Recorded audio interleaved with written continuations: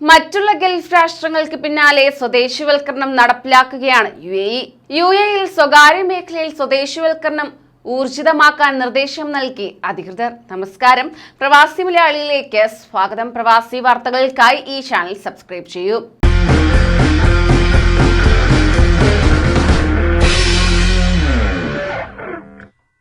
സർക്കാർ മേഖലയ്ക്ക് പുറമെ സ്വകാര്യ മേഖലകളിലും സ്വദേശിവൽക്കരണം കടുപ്പിക്കാനൊരുങ്ങുകയാണ് യുഎഇ.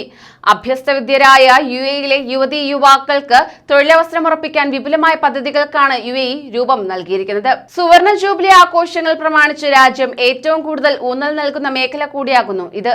അതോടൊപ്പം തന്നെ സർക്കാർ സംവിധാനങ്ങളിൽ സ്വദേശികൾക്ക് ആവശ്യമായ പ്രാതിനിധ്യം ഉറപ്പാക്കാൻ നേരത്തെ തന്നെ യുഎഇക്ക് സാധിച്ചിരുന്നു. എന്നാൽ സ്വകാര്യ മേഖലയിൽ ജോലി ചെയ്യാൻ സ്വദേശികൾക്ക് ആഭിമുഖ്യം കുറവായിരുന്നതായി കണ്ടെത്തിയിരുന്നു. ഇത് മാറ്റിയെടുക്കാനും പ്രധാന സ്വകാര്യ സ്ഥാപനങ്ങളിൽ മെച്ചപ്പെട്ട വേതനം ഉറപ്പാക്കി ജോലി ലഭ്യമാക്കാനും കൈക്കൊണ്ട നടപടികൾ വിജയം കാണുകയാണ്.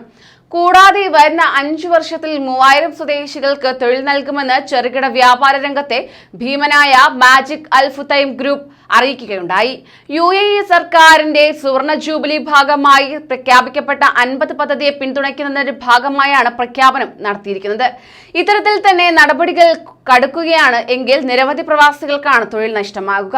യുഎഇ സർക്കാരിന്റെ സുവർണ ജൂബിലി ഭാഗമായി പ്രഖ്യാപിക്കപ്പെട്ട 50 പദ്ധതിയെ പിന്തുണയ്ക്കുന്നതിന്റെ ഭാഗമായാണ് ഇത്തരത്തിൽ പ്രഖ്യാപനം നടത്തിയിരിക്കുന്നത്. തീരുമാനമെടുത്ത മാജിദ് അൽ ഫുതൈമിനെ യുഎഇ വൈസ് പ്രസിഡന്റും പ്രധാനമന്ത്രിയും ദുബായ് ഭരണാധികാരിയുമായ Sheikh Mohammed bin Rashid Al Maktoum അഭിനന്ദിച്ചു.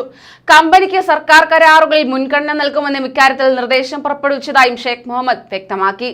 കഴിഞ്ഞയാഴ്ചയാണ് 75,000 സ്വദേശികൾക്ക് സ്വകാര്യ മേഖലയിൽ തൊഴിൽ ലഭിക്കുന്ന നാഫിസ് പദ്ധതി യുഎഇ പ്രഖ്യാപിച്ചത്. സ്വകാര്യ മേഖലയിൽ സ്വദേശി ജീവനക്കാരുടെ എണ്ണം 2% നിന്ന് 10% എത്തിക്കാൻ പദ്ധതി ലക്ഷ്യമിടുന്നു. കൂടുതൽ പ്രവാസി വാർത്തകൾക്കായി ഈ ചാനൽ സബ്സ്ക്രൈബ് ചെയ്യൂ.